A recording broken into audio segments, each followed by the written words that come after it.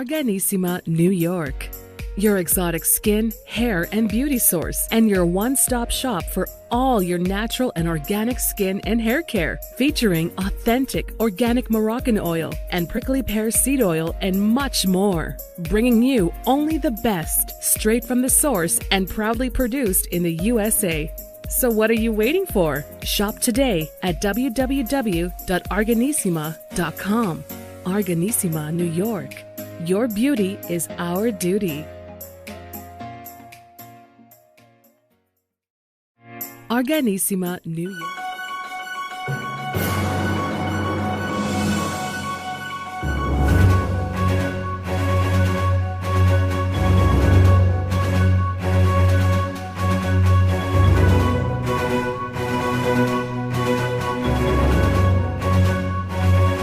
Welcome to the iHealth channel and iHealth Radio with your host, Hurricane H. New day, new show, new topic. Today, I have, first of all, a guest with me who has experienced something unique, but also can happen to everyone. And she's an author, and we're going to talk about her book and her experience. And it is something that has to do with both health and the health system and how you behave with it, how you deal with it, as well as the whole ramifications of what happened. And again, I'm always talking in suspicious mode here because and suspenseful mode here because I wanted to just get a little suspense going on. But really, it is probably something that can happen to anyone. And the first thing is, I'm going to ask the question: have you or do you know of anyone who's ever had a misdiagnosis, or they were told something that's probably end of life, or something that is very overwhelming, that can have some mental effect and all that stuff?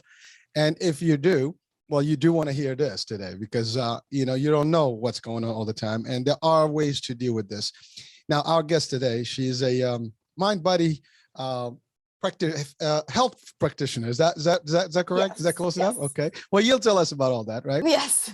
So I have with me Lynn Delmastro-Thomson, all the way from Oregon, and we're looking forward to having the discussion. So first things, welcome to the show. Yeah, thank you for having me. It's my pleasure. Been looking forward to this. And you have a unique story and really an interesting one. And as I said, I asked the question, did you ever hear of anyone or know someone who had some sort of misdiagnosis? And this question to you, the answer will be yes. Yes. And you are yes. it. You actually were literally misdiagnosed. So first things first, let's talk about all that. Let's give us a little bit about yourself, an introduction, and just how it all happened, when it happened, what happened exactly, and how did you deal with all that?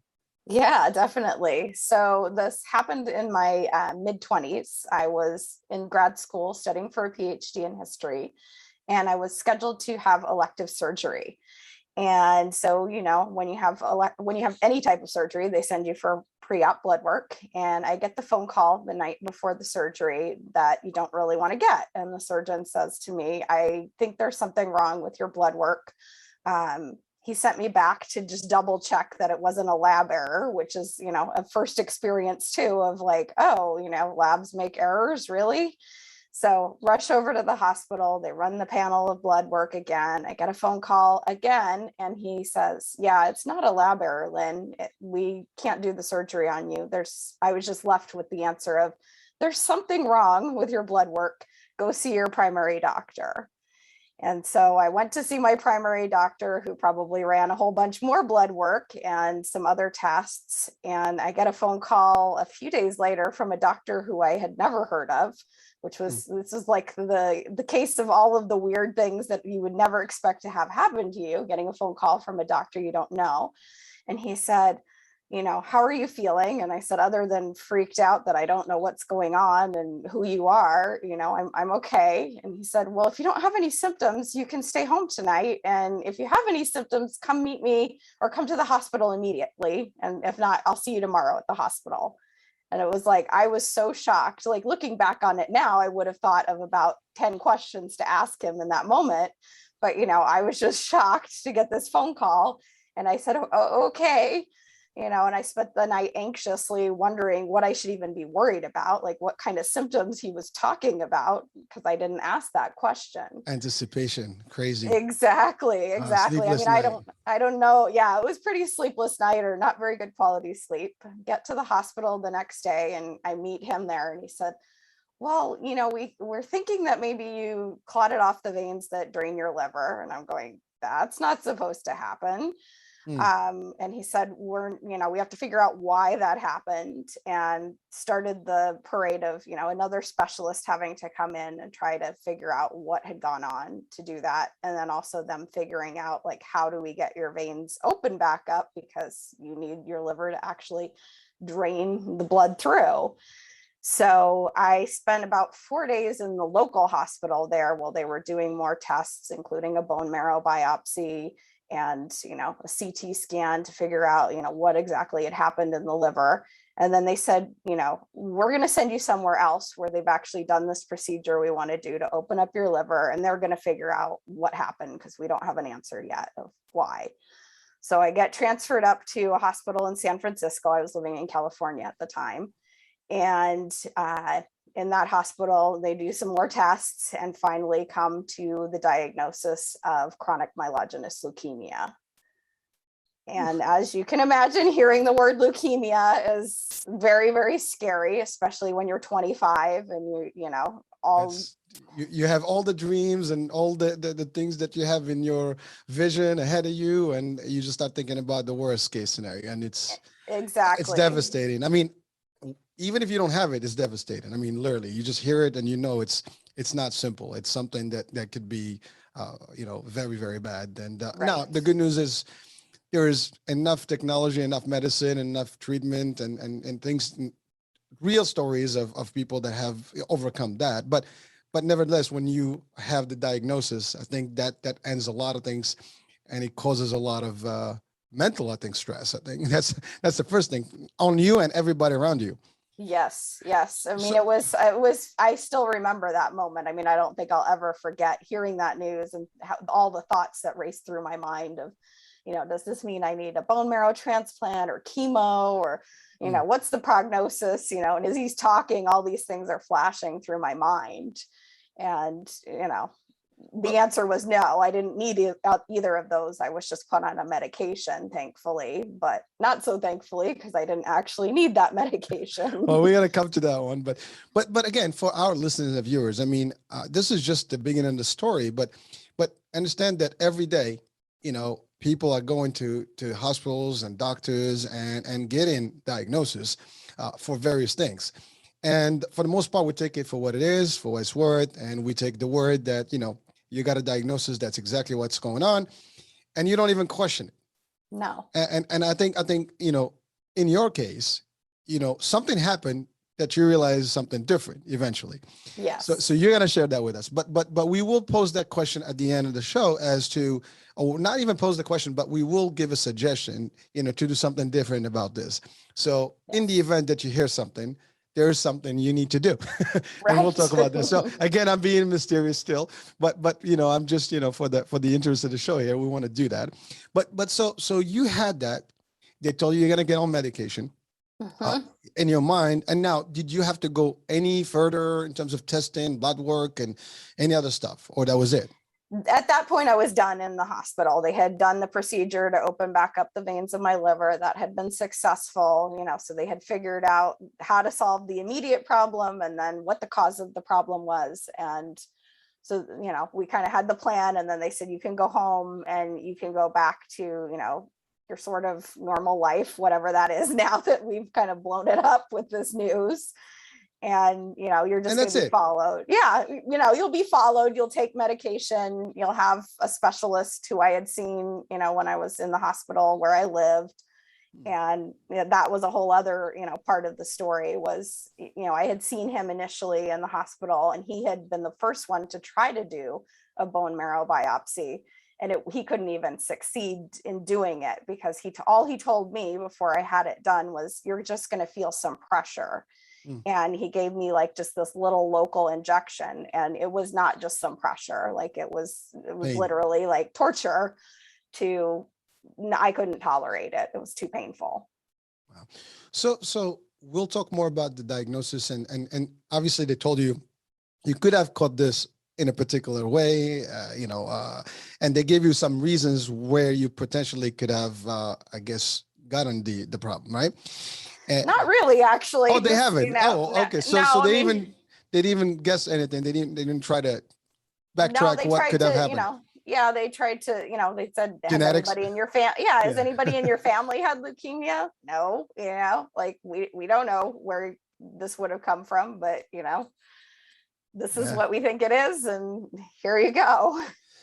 So now you heard the bad news, obviously, and now you go back, you get out of the hospital. What was the steps that you took? I mean, first of all, I know you have a surrounding, you have an entourage, family. Yes. I mean, you were young. Right. My parents were both with me in the hospital, and So that must have been, aggravating, and devastating to them as well. And, obviously there's nothing they can do about it, and they hope for the best.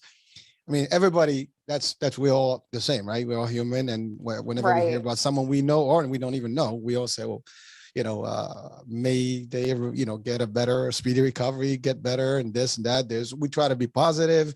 Right. I mean, I'm sure everybody wanted to do that, but you believed that at that time. Yes. Yeah. There was no reason for you not to believe it. No, I mean, you come out of a hospital after almost 2 weeks of, 2 different hospitals, so many tests.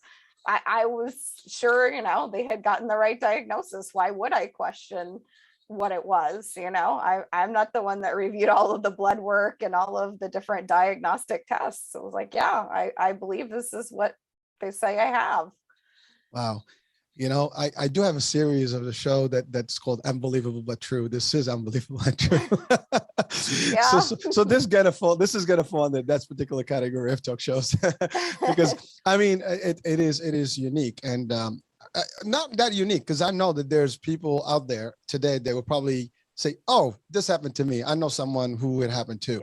And now here's the thing. At this point, you have a diagnosis, you have a treatment that you're going to follow, and you are obviously committed because you want to be better. Yes. And nothing at that point is going to tell you otherwise. No one can actually even convince you otherwise. Right. All you're going to do is do whatever it takes to make it happen. So what did you do at that point? What was your reaction towards this? And, how did you kind of manage your life beyond that point? I mean, in the beginning, it was such a shock, and I did get kind of very depressed, to be 25 and to hear this news and to think, your life might be over.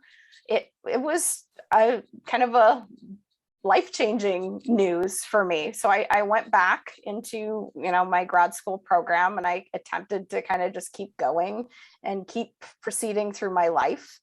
And, I went to the doctor's appointments. I got blood tests when I needed to. And, I tried to stay positive, but it was hard. It was hard to live with this news and a new reality, basically.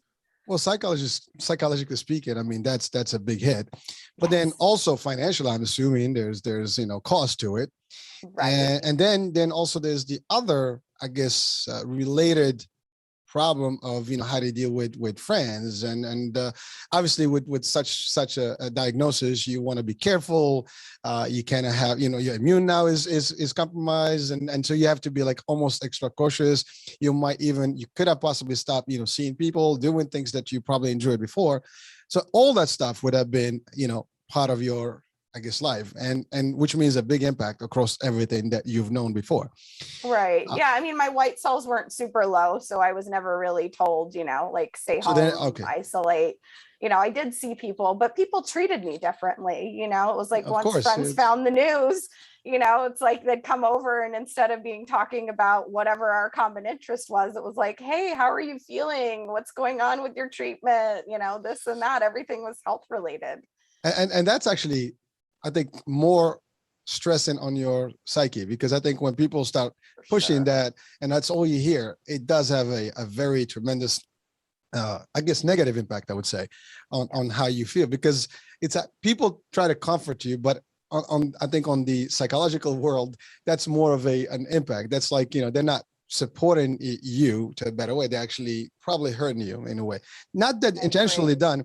And I believe in that because I've had similar situations with friends, and people always try to comfort them, but they don't want to hear that. They'd rather want to hear something different and feel normal, as opposed to like feeling like that's the end of the line or they're just not doing good. Then, oh my God, you don't want to remind people that way that you're not in a good place. Right. And by have doing a conversation that's normal, or exactly. like, hey, how are you doing? What's going on with your life? Because my life is kind of crappy right now. So. And people probably started talking religion and, getting all that, unique about it. Right. And listen, I think that's just the standard, feeling when you hear someone that's close, you want to do your best to comfort them somehow, but no one is prepared for that. No, it's like no instruction manual for how you deal with a friend or loved one with, a scary diagnosis. Well, you and I, we were just chatting earlier about even as simple. Well, it's not simple. It is. We're talking about COVID and the people that have it, and sometimes they contract it, and some do well, some don't do. Even as simple as that. I mean, it is scary because this is a virus. It can happen. It could be deadly. And no one knows what. There is no real. There's statistics all over the charts, right. And nothing that we've been told from the beginning has panned out to what it was. I mean, we have originally it said, people will be sick, at the highest age groups, and then it became everybody. We have kids. So it is crazy when you are surrounded with something like this, when it has to do with medical and health and diagnosis of any type. Right. So now life moves on. So we're traveling in time. So life moves on. How long did it take you to get where you discovered something? And we'll talk about what that's something in a minute. Yeah, definitely. It actually took a process of a few years. So wow. I started to question why I didn't feel like I was getting better, despite, I would go for this particular lab test of something related to CML that they would look at. And the doctor said, well, it seems like the drug is working because this lab test, it looks really good. And over the course of probably the first year and a half, I started losing all of this weight, like down to a very unhealthy weight. In the beginning, it was like, okay, I could lose a few extra pounds, but then I got down to, friends would say to me, don't lose any more weight. And I was like, this is not like a deliberate attempt to lose weight.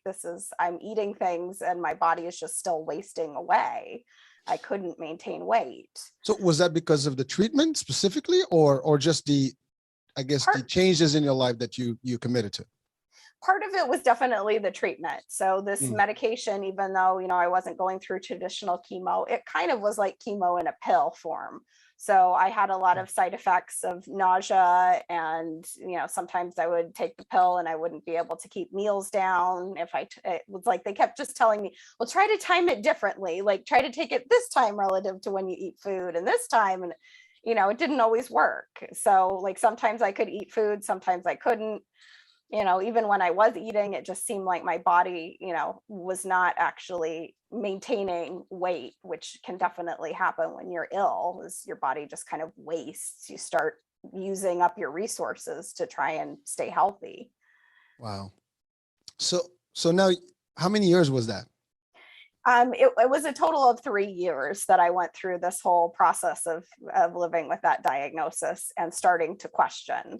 So, I probably didn't question initially, probably maybe the first year out. Then I started to go, well, you say this looks good on paper, but, I would say, I still always remember those appointments with this doctor, and he would say, well, how are you feeling? And my answer was always, I don't feel well. I feel tired, like I'm losing all this weight. I don't feel healthy. And he would always say to me in the most ridiculous way, you look great, which was not true. I knew it was not true. It's complimental, but it's not. You can't lie to people. Yeah, exactly. A person who is really ill and knows that they don't look well, like that's not going to fly. I was like, what are you talking about? Why aren't you listening to the words coming out of my mouth? I don't feel well. And he would just brush me off, like time after time. We had that same little interaction of like, how are you feeling? I feel horrible. Oh, well, you look good. See you next month. Wow. And I knew there was something wrong with that in a medical situation. Like a doctor, I was like, a doctor should listen to you when you say you don't feel well. Like, that just seems to make sense, right? That we say something. Well, you expect that. You expect Yeah. that. Yeah. I was like, I don't think I'm expecting a whole lot. And at that point, I started to say, I don't like this doctor. He doesn't listen to me. And so I went back to my primary doctor and I said to him, I would like a referral to a different hematologist. And he said, oh, no, he's the best in town. Like, we went to medical school together. And I was like, if this guy is the best in town, like, I'm scared, you gotta know? go to a different town. You gotta move. And I actually did go back up to the hospital in San Francisco trying to get a second opinion there. And that was a whole other crazy experience. We got to talk about that. But so what I wanted to just, at least get understanding of. So you go to the doctor who's been treating you for 3 years, and you're telling him that you don't see any positive results. And so he's telling you, well, you look great, which is, thank you for the compliment, but that's not what I'm feeling. But now you're in this position that you're questioning, you're not getting better, but you're not, you don't feel that the diagnosis was correct. Something is off, I mean, yeah. At this point, I don't know if I thought it was the diagnosis or the medication, or, exactly. But But in your mind, you must be thinking like, this is getting worse. Yes. This is the end. I mean, I'm not getting any better. I mean, what does that mean, right? And so now you started questioning. Yes. And that's when you started digging more, and you wanted a second opinion. You can get one close to home. You go back to San Francisco. Now let's talk about what happened there. I mean, it sounds to be interesting because you had that little smile there. So let's talk about that. It's quite the story as well. It's another one of those, I can't believe. Oh, we got time, so happened. Go for it. So I get to this appointment, we had driven, I think, like 5 hours to go, for this appointment. My parents were there with me. We get down, we sit with the doctor, and I'd been in this hospital in San Francisco for like 10 days. So you would think that, they have like a lot of records on me. The file folder that the doctor opens up is empty. And so we had to spend the whole entire appointment telling her my history, when it's like, shouldn't you know my history because I was in this hospital? Yes, this is an outpatient clinic associated with the hospital, but all of the records are interconnected. Like, why don't you look up my chart in your computer system? Or I don't know what they, like old school. Yeah, I don't know what they thought I was there for. It was like to tell them a nice story. I don't know. So that didn't satisfy you. I never got really a reassessment because, you only have so much time. So we had to go through my whole history. And then it was basically, okay, well, that's it. That's all the time we have. So then what did you do next? So, I'm kind of caught in this web of like still trying to get referred to a different doctor back home. And finally, I think, it was that 3-year mark. I left my graduate school program. I had been staying in it, even though I didn't want to, because I needed the health insurance. How messed up is the healthcare system, right? When we're kind of at the mercy of different situations. And at that time, if you had student health insurance, you couldn't just do something like COBRA and get your own insurance, which I wanted to do. So I got a job and I said, I will take any job that has health insurance. I need to leave this program. I need to get health insurance. As soon as I got different health insurance, I got a different primary doctor outside of the student health system. And I said to her in my first visit, I said, can you please refer me to a different hematologist? And she said, sure. She pulled out her referral. They did exist, apparently. They did exist. There was another doctor in the town, and she wrote me, a referral to this guy. And I went, I don't remember how much later, maybe a month later, however long it took to get in to see him. So yes, there was another hematologist. I'm sure there were more than just, even the two. It was a big enough city. Well, I mean, it is a subspecialty and it is unique, but nevertheless, I mean, oncology is big, and therefore hematology goes along with that. So there's a lot of stuff. So I think every hospital has a few of those specialists. Yes. And I'm sure there's a few good hospitals around you. But to your point, because you were locked into a network and you couldn't get out of network because of your insurance. And I understand. I mean, when you're talking about anything cancer, there is no real insurance. And if it is covered, that's a good thing. Otherwise, it's all out of pocket and it's very expensive. And trust me, take it from me. I work in the insurance world, so I know exactly that you know that is very, very expensive cost to it. I mean, we are the payer. I represent the payer industry, and in my regular day job, and I know it's not easy. I mean, it's crazy. I mean, we see claims that are very, very expensive. But it is what it is. That's like to your point. The healthcare system is designed in a particular way, and it's revolving around insurance or out-of-pocket costs. And when it comes to some of these diagnosis, you know, it's very expensive, you know, and a lot of these specialty hospitals don't even take insurance. As a matter of fact, all the leading ones, I think, in the nation do not even take insurance when it comes to any cancer, you know, treatment stuff. So it's and you'll get the best treatment, but it's out of pocket, or there's different programs that potentially, unless you have enough money to pay, but you're talking about in the hundred thousands, you know. So it's so your move was right. I mean, to do that, and in your move, you know, you discovered a different provider. Yes. so now your experience is changing. Yes. All right, let's talk about that minute, because this is where the question was asked earlier about a diagnosis, and this is where we're going to discover a misdiagnosis. Yes. So let's talk about that. So I finally get the appointment with the new hematologist, and I brought in a stack of records, probably paper records about 2 inches thick. And he starts flipping through them after, you know, an initial conversation of why are you here, et cetera, et cetera. And he questioned in that very first appointment. He said, I don't think this looks like CML. I think this is something different. And, you know, the range of emotions I felt in just hearing him say that was so vast. You know, I was like relieved that somebody finally listened to me, really angry that nobody had listened to me for 3 years, and a little frightened too of like, well, what else is it? Like, well, that's true. But I'm sure there's also the fact that what the hell I've been treating all these years with all these pills. I mean, listen, pills are necessary, and you know, I've had a lot of shows about, you know, holistic approaches and things like that. But at the end of the day, we know that when you take any medicine, it must have some sort of side effect to it, and it does impact your organs and your system in one way or the other. So ultimately, 3 years of your life that you spend taking all these, you know, meds. That's one of the questions you probably had at the time, like, what the hell just happened? I mean, you could have been just good, and now you're bad because of all those things that can happen. Because let's face it, all the drugs, I mean, when you hear the commercials, I mean, it just has a big disclaimer with all the different things that can go wrong. And there's nothing you can do about it, because at the time when you're prescribed a prescription, you're relieved because you know that you're going to fix the problem. But you take the risk of anything else in the future. Case in point today with the vaccine, you know, people are taking it, you know, it's still, you know, early on. I mean, now it's better than a year ago, but people are taking it, and, you know, there's still different questions about it.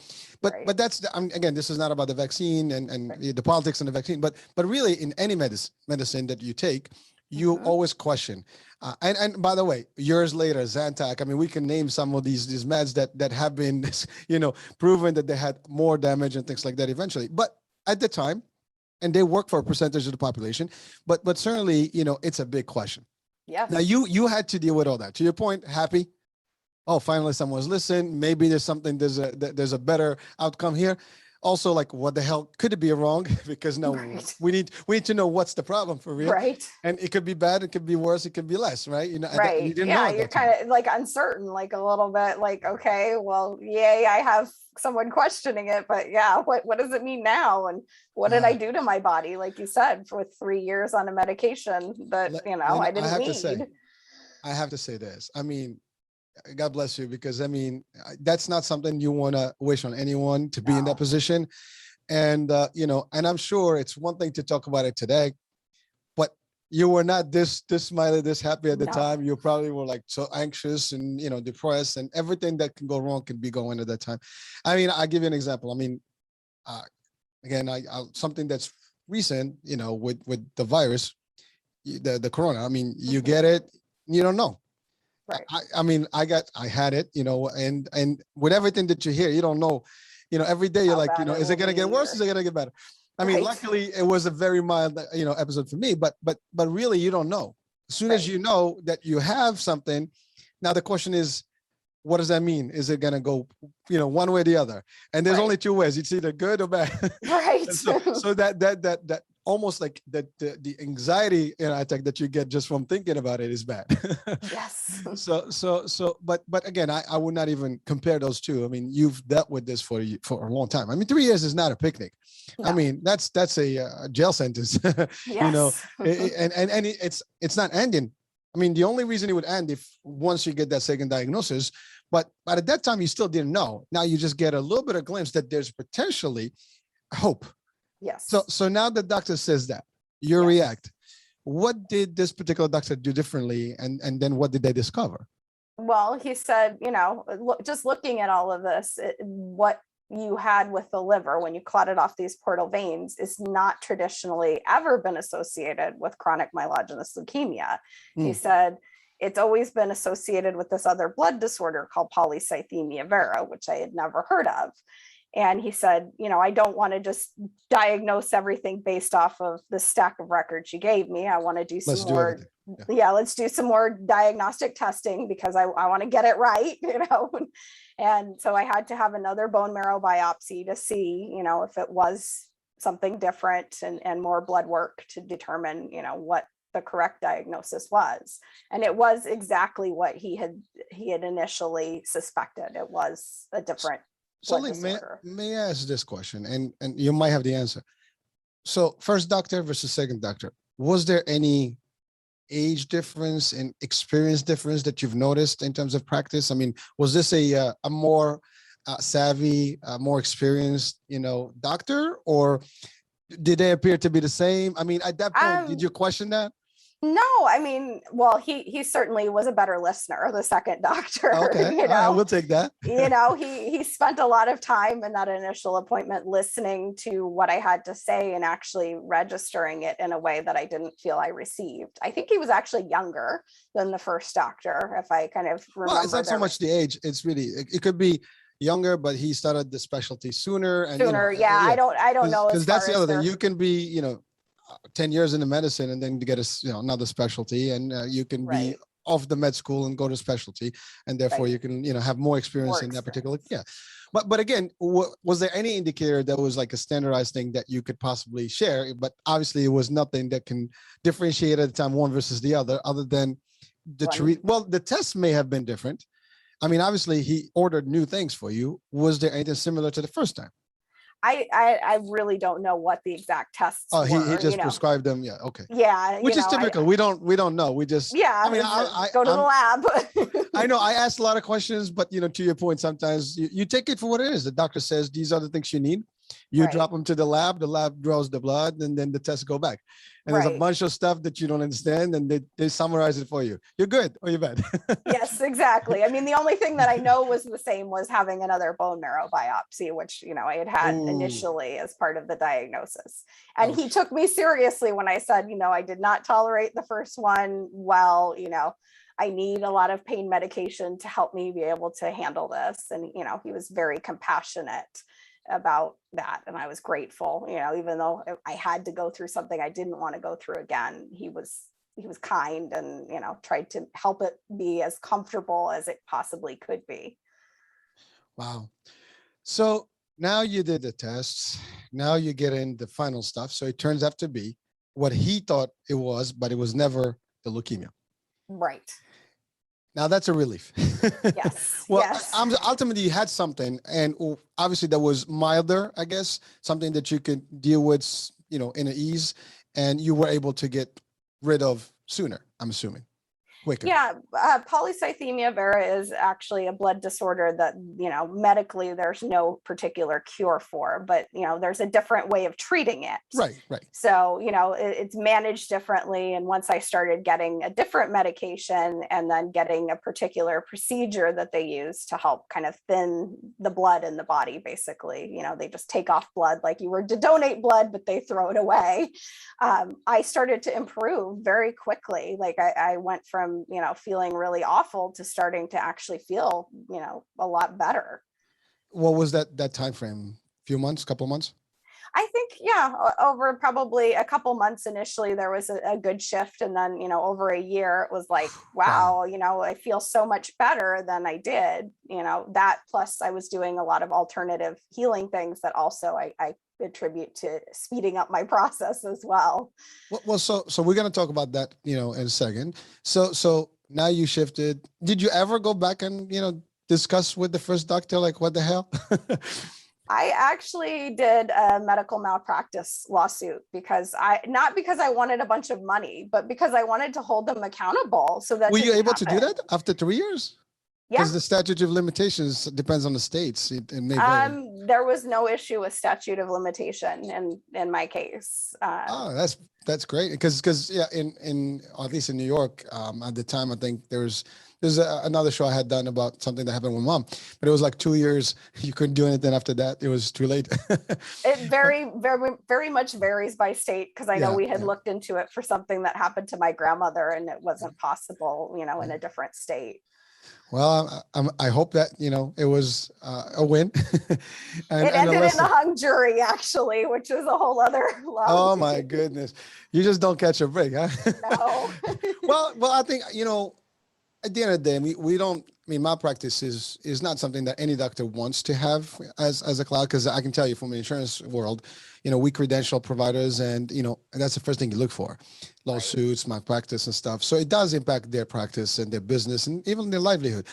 Again, I mean, they are, I would say, human, but I mean, they learn enough to know better not to misdiagnose stuff, and at least if they're not sure, they can order a second opinion.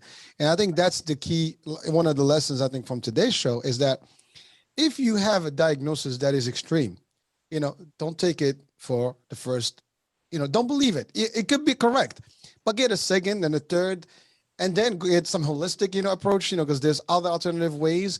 Because, and I've had guests that actually had similar cases where the traditional medicine didn't work, and no one's figured out what they had. And then when they went to Eastern medicine and other things, they actually had a better outcome. So again, it just a matter of you doing your research, your homework, and trust the system. I'm not saying no, but do your due diligence. I mean, we all owe it, especially when somebody's telling you this is a very severe diagnosis that can have a bad outcome, or even deadly outcome. I mean, some of these things, I mean, they tell you they're terminal, whatever. It's crazy, right? So now you live your life in a whole different world, and only to find out that it was wrong. That's crazy.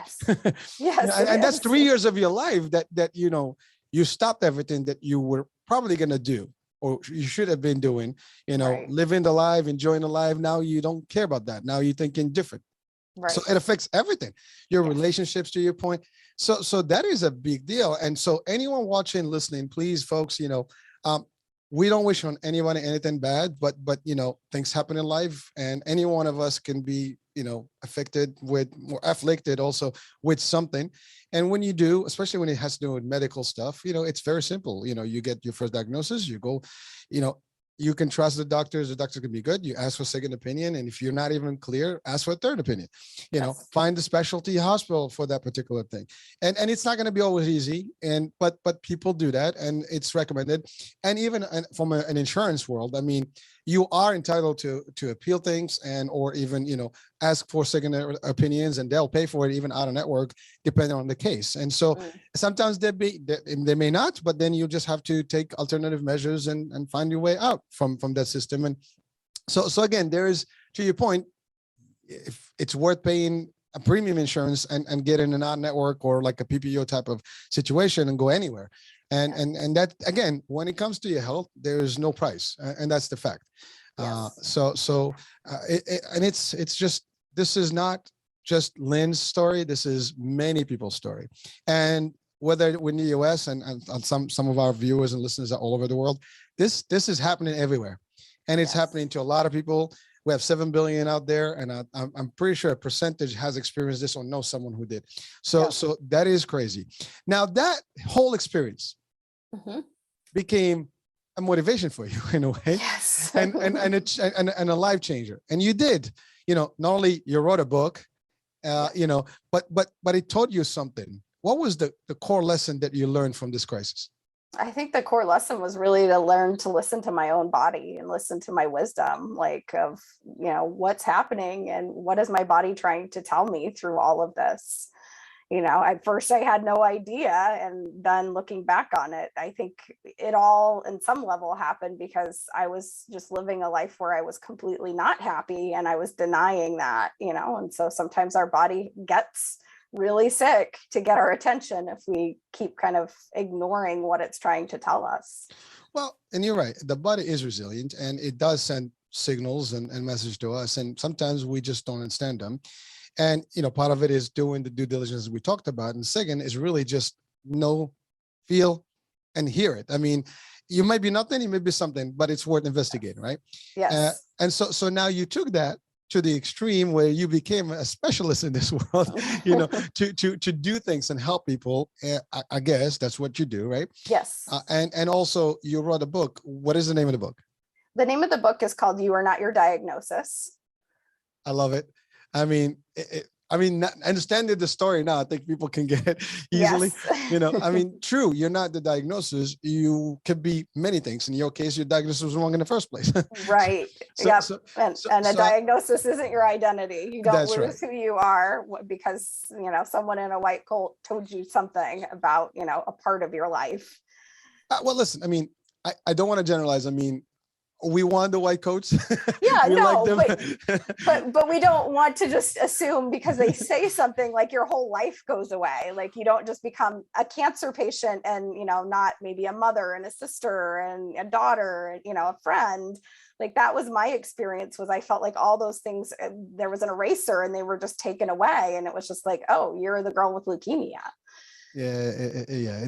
Again, I love the book. First of all, it's available for people to actually download or buy, I guess, on Amazon or. Yes, it's available on Amazon. And I also, if you're in the US, you can also buy it directly from me if you're interested in a signed copy. I do send out some of my own copies.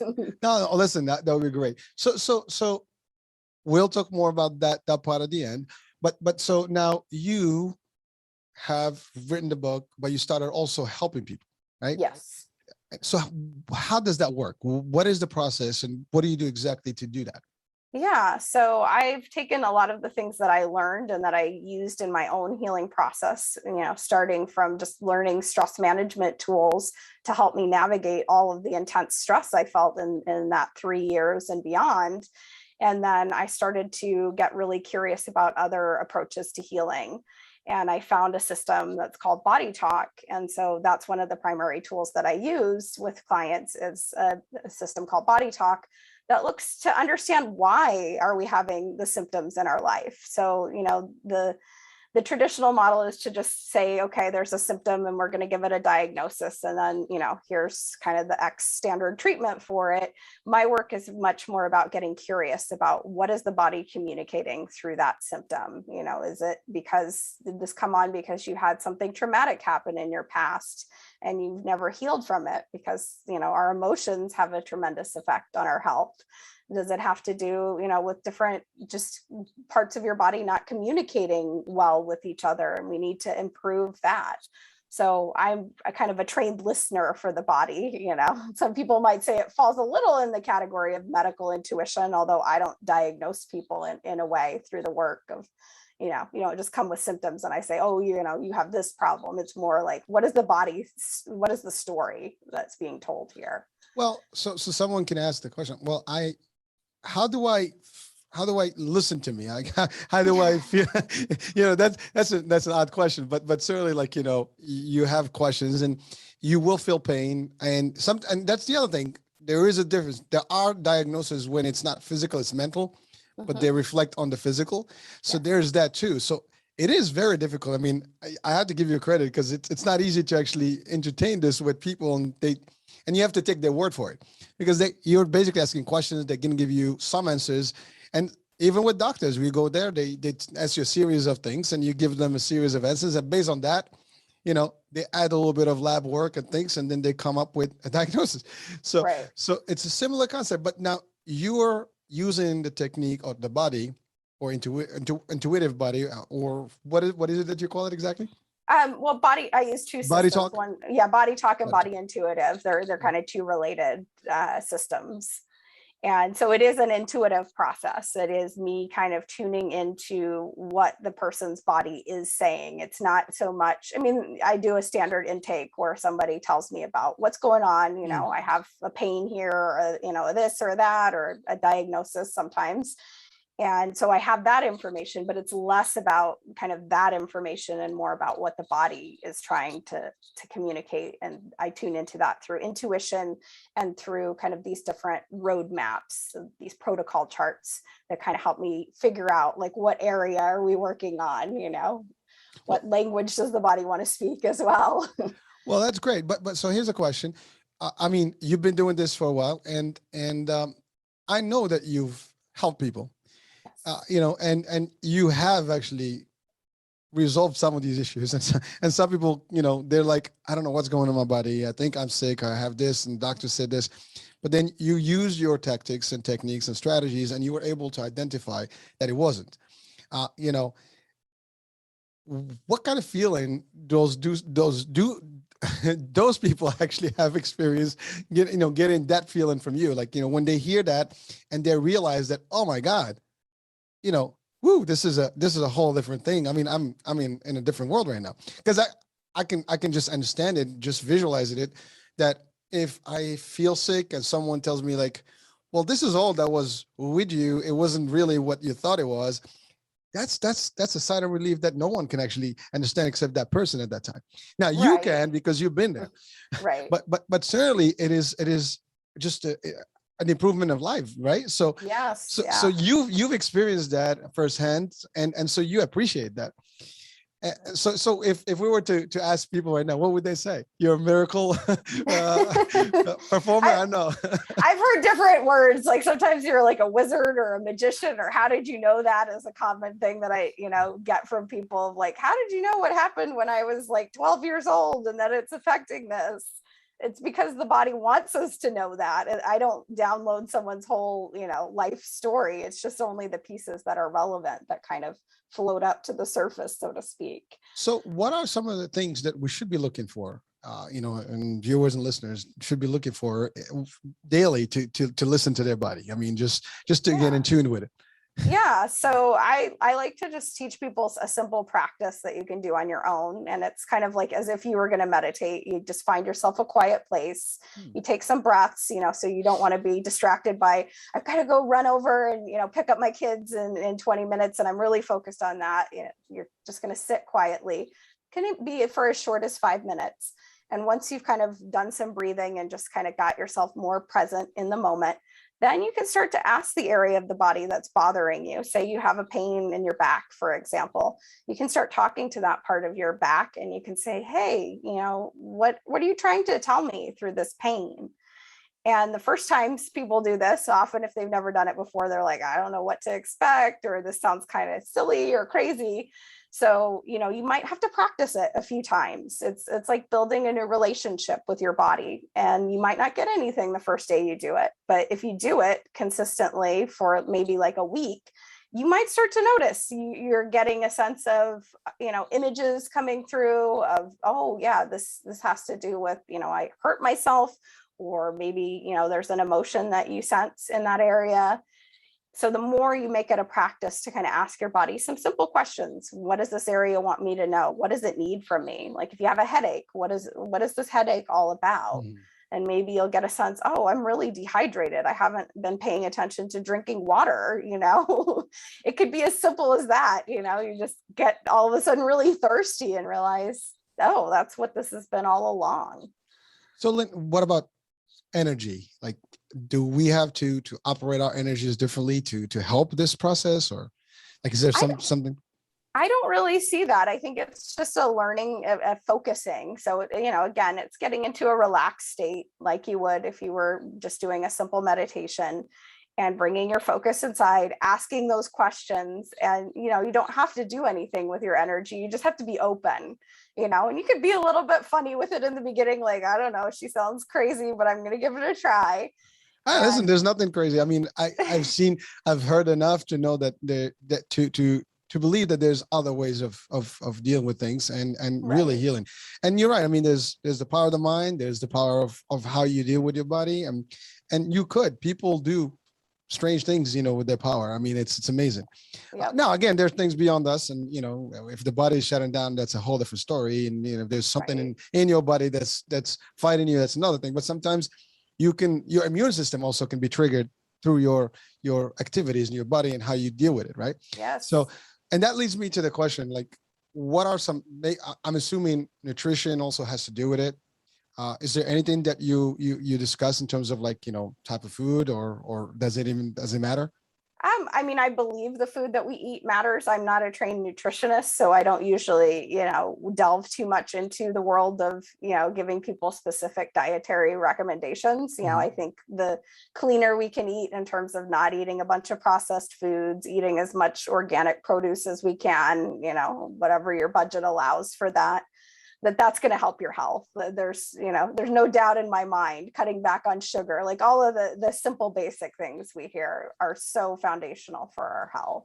So it's really what you are presenting is more self-care, right? In essence.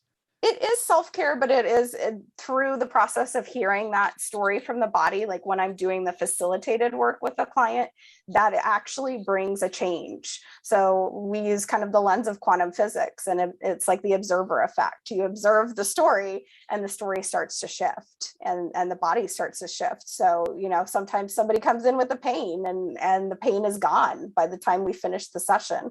And I didn't do anything to them. We worked with their body's energy and rebalanced it, but it isn't like I, gave them a chiropractic adjustment or something that you would, recognize as like, a treatment, so to speak. Well, so one item that you mentioned, I think one element that you mentioned, I think that's key, is like they have to have that they have to be open, which means it's a mindset. They have to shift the way they think, right, people? And I think we all should, have, an open mind about our mindset. And, the way we think, the way we operate can be positive or negative in one way or the other. So I think if you're to open yourself to something different, to actually listening to your own, language. And by the way, these are things that happen even mentally, because sometimes you do feel like something is rough, and that, but yet you don't listen to that. And you wind up doing something or getting into some bad place, right? So it's important to listen, to that intuition or just that sense, that gut feeling, right? And that applies also to your physical health. I mean, when you feel something like, ow, I got like some sort of a knee problem, or I got a backache, whatever. There's something going on, and it could be, but if you're like ignoring it and not doing it, and then you're like, oh, I got this, that may be a problem. Yes. Yeah, that was actually my knee was, and pain in my knee was how I found Body Talk. I didn't injure it, but I had pain, and I was like, what the heck is this all about? Because I knew I hadn't like banged into anything or fallen down, and it was like 3 months in, and I was like, why doesn't this thing get better? I never went the painkiller route, because I was like, why would I take a painkiller for something I didn't actually injure in my body? Well, so speaking of that, physical fitness, is that something that has an impact one way or the other?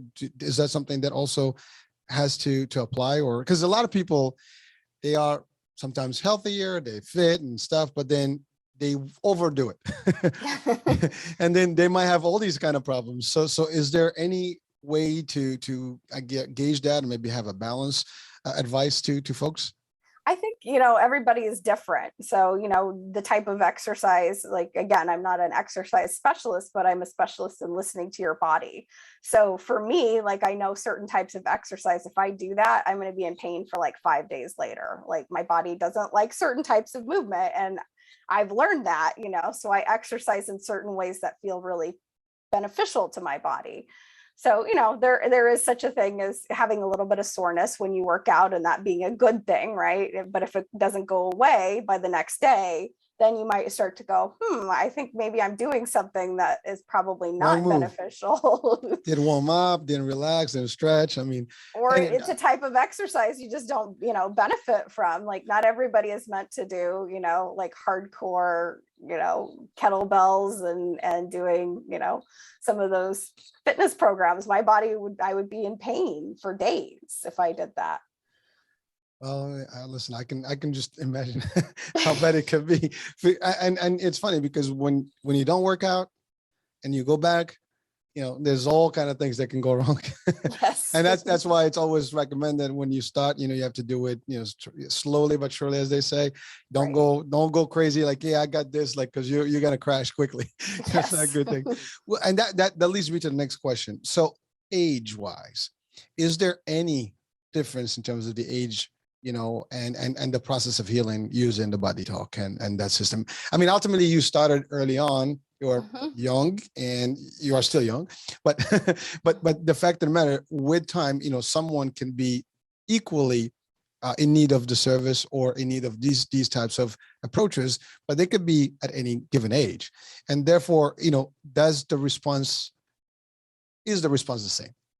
Will it vary mostly based on what they think and how they help themselves, how they listen? I think, it doesn't necessarily depend on age. Yes, there are certain things that happen in our body as we get to certain ages, but some of that I think is also what we've been conditioned to believe, True. You're 70, you're going to start falling apart, you're going to have all these aches and pains. I mean, I know some people in that age category that are healthy and thriving. I actually just saw my high school history teacher and he's 72. And I was like, he looks like he's in his early 60s. He goes backpacking. I don't think he has any pain, So well, listen, if you're active, you're healthy, you have good habits, I think overall you're going to keep in shape. I mean, ultimately there is aging is some sort of a disease, but you can almost slow that process, Right. if you take care of yourself over time. And I've had different guests that we talked about that. And again, in fact, age is a number, as they say. Right. It's how you treat this temple, as Yes. and make sure that you take good care of it one way or the other. Now it's garbage in, garbage out, good stuff in, good stuff out, right? So that's Right. So you take care of you, and that's it, mentally and physically. Yes. And I think that's important. But so now, how can people reach out to you? Yes, definitely. The best way to find me is to look at my website, which is heartfirehealingllc.com. And you can find all sorts of free resources on there. You can book a consultation if you're interested in talking to me about how I might be able to help. And you can find my book on there or my book on Amazon as well. And you're not limited to folks in the US. You can basically do this remotely anywhere in the world. Yep, I've had international clients. You gotta love technology. I know, and it's so fun when I get to work with somebody who's, most of my clients aren't in my local area, and sometimes I get people, from Canada or Europe. Nice. Yeah. Well, listen, I mean, it's a different angle and like I said, there's so many ways and so many resources out there. Unfortunately, there's not enough knowledge about them. And luckily, I mean, some of these shows and some of these programs can help potentially bring that. And at the end of the day, that's really what the mission here is to share with as many people as possible what's available and that can help them one way or the other to be better.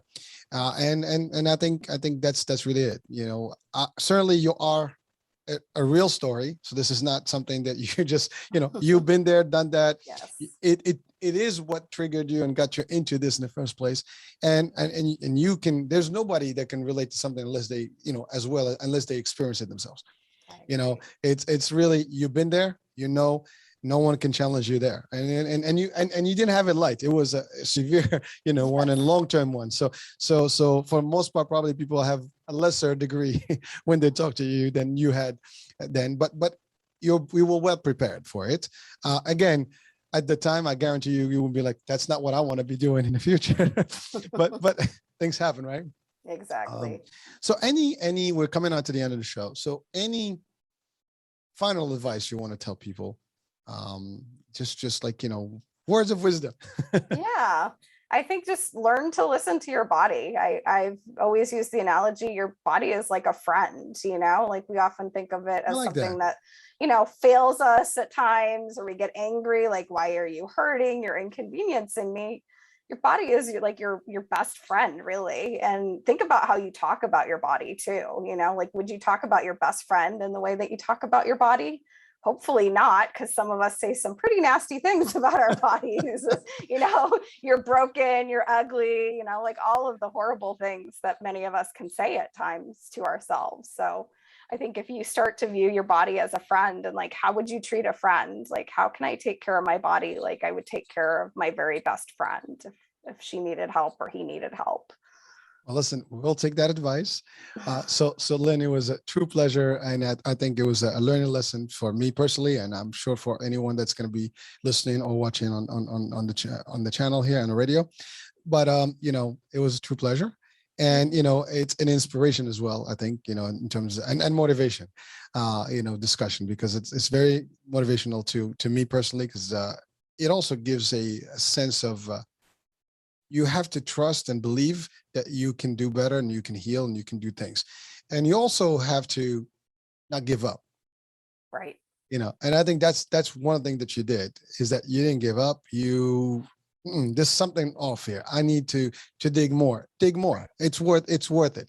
Yes. And I think that's really, like, so for me, that's a big message that I got from here, and medically speaking, we know what to do. I mean, we trust our medical, doctors, but we do need to always find out more. I mean, for light stuff, maybe, but then if it's something that is deep and severe or more, critical, I think it's worth, trying more venues. That's all. Yes. Yeah. And listen to your intuition in that process. Like, if something feels off, that's a key indicator, because my gut kept telling me, like, something isn't right about this. But don't take long. Yeah. And make a bigger stink. I think that's the one thing I would have changed, is I would have just said, I am not taking no for an answer. You will send me to somebody else.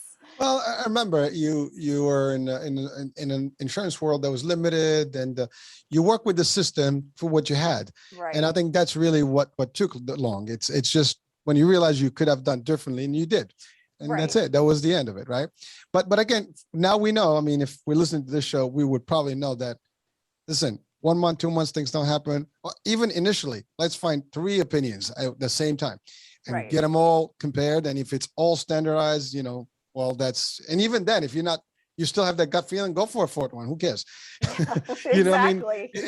There's no limit to what you can do here, right? So, well, listen, Lynn, I can go on and on and on. I appreciate your time and really all the advice here and sharing your personal life with us. I mean, that's a key.